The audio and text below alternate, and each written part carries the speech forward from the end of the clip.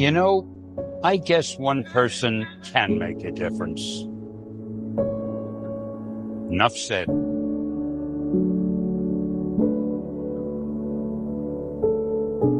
I was told to say an anecdote.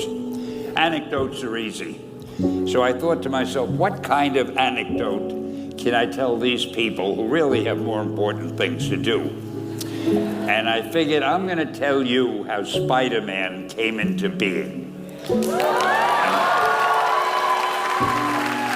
It's a true story, although sometimes it's hard even for me to believe it. But we had already done the Fantastic Four and I think maybe the X-Men. I can't remember the order, but my publisher came to me and he said, Stan, I want you to come up with another superhero. So I said, okay, went home, and when my publisher said do something, I'd better do it because I wanted to keep my job. I thought, what can I come up with now? And the most important thing in a superhero at first is the superpower. Once you get that, everything else comes along. So I thought, what power will I give a new guy? And I saw a fly crawling on the wall. And I said, hey, if I could get a superhero that could stick to walls and crawl on them, man, that would be cool. And no, I'm lying to you. I don't think the word cool was in use then. I probably said it'll be groovy. I'll never lie to you.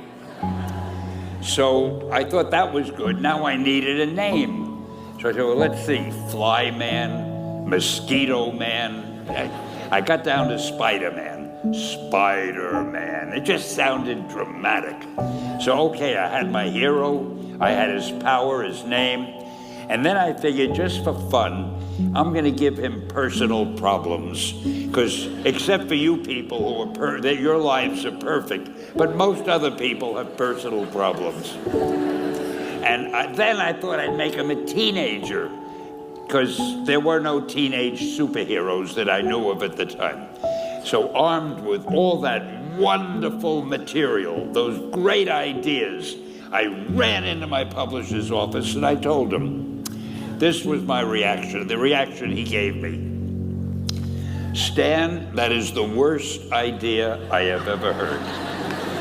First of all, and he started to give me his, because he's a very logical man, very intellectual.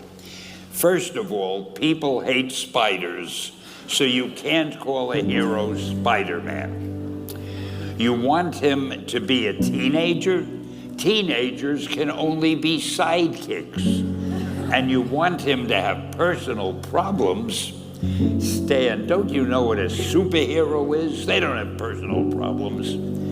Well, I left the office disappointed, but obviously a much wiser man.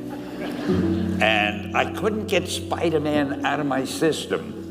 So we were about to kill a magazine. I think it was called Amazing Fantasy. It wasn't selling well, and we were sending the last issue to press. When you do the last issue of a magazine, nobody cares what you put in it because the book is dying. Just to get it out of my system, I put Spider-Man in Amazing Fantasy, featured him on the cover, forgot about it. A month later, all the sales figures came in. My publisher came racing into my office. Stan, you remember that character we both loved so much, Spider-Man? He said, let's do him as a series. Now, why am I telling you this? Besides the fact that I have to kill a little time.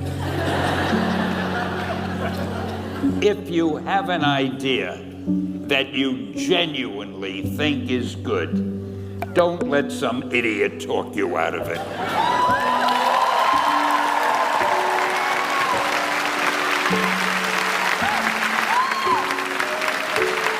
Now, something you want to do, that doesn't mean that every wild notion you come up with is going to be genius. But if there is something that you feel is good, something you want to do, something that means something to you, try to do it.